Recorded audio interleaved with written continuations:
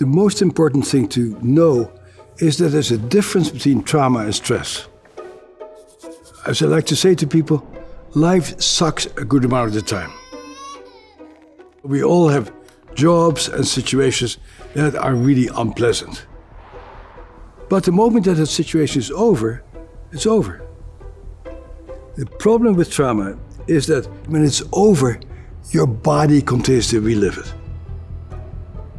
My name is Bessel van der Kolk. I'm a psychiatrist, neuroscientist, and author of the book, The Body Keeps the Score.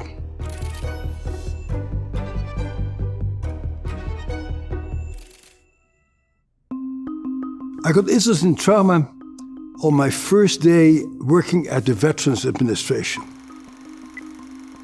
1978 was the year, and the Vietnam War was over by about 6 or 7 years. The very first day that I met Vietnam veterans, I was just blown away.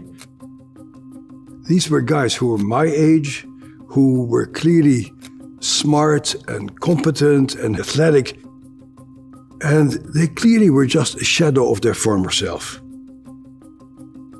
Their bodies were clearly affected by trauma, and they had a very hard time connecting with new people after the war. Around that time, a group of us started to define what trauma is. And in the definition of PTSD, we write, these people have been exposed to an extraordinary event that is outside of normal human experience. In retrospect, that shows us how ignorant and narrow-minded we were, because it turned out that this is not an unusual experience at all. People usually think about the military when they talk about trauma, but at least 1 out of 8 kids in America witness physical violence between their parents.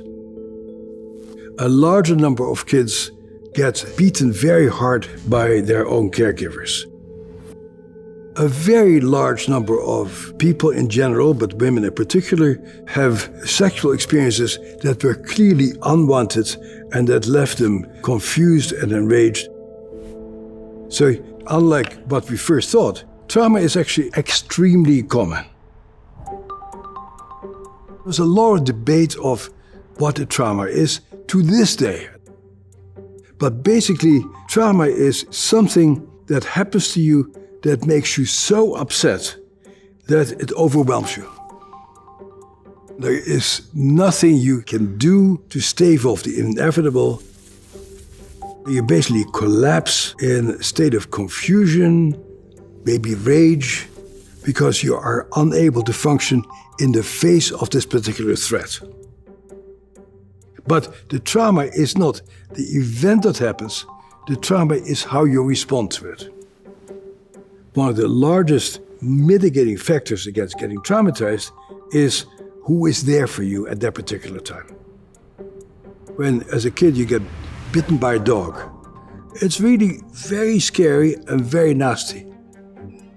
But if your parents pick you up and say, "Oh, I see that you're really in bad shape, let me help you," that dog bite doesn't become a big issue because the foundation of your safety has not been destroyed.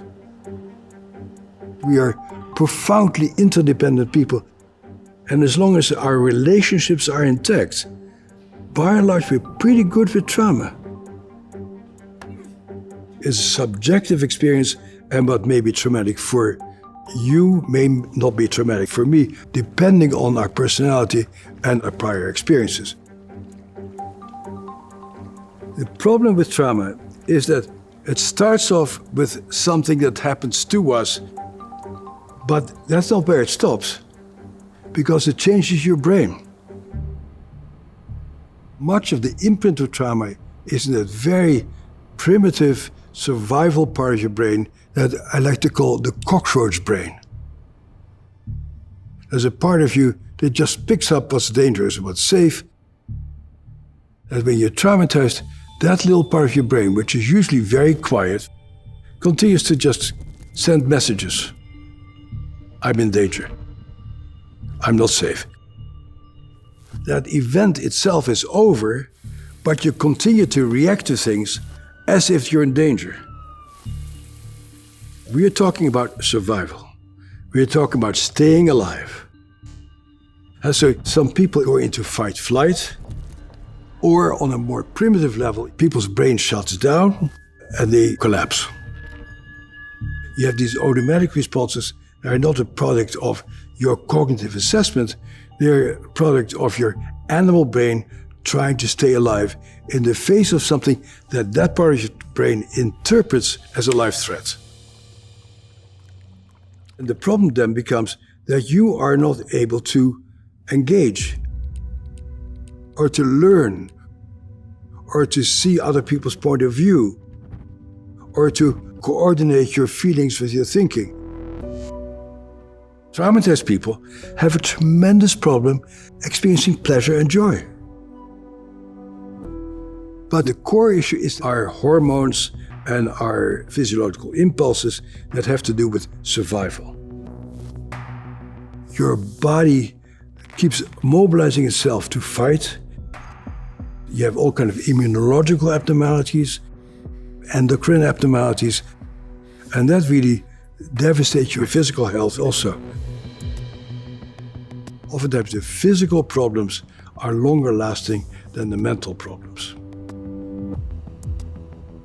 And the other thing that is terribly important is the impact of poverty, or the impact of racism, or the impact of unemployment.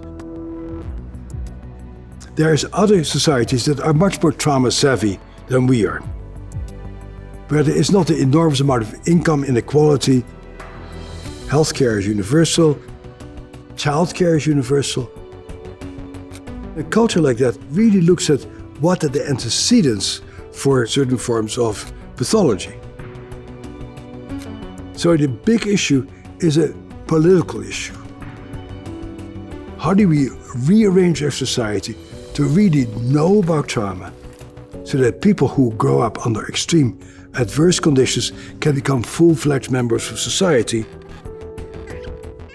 The sense of community and people being there for each other is a critical part of surviving and thriving.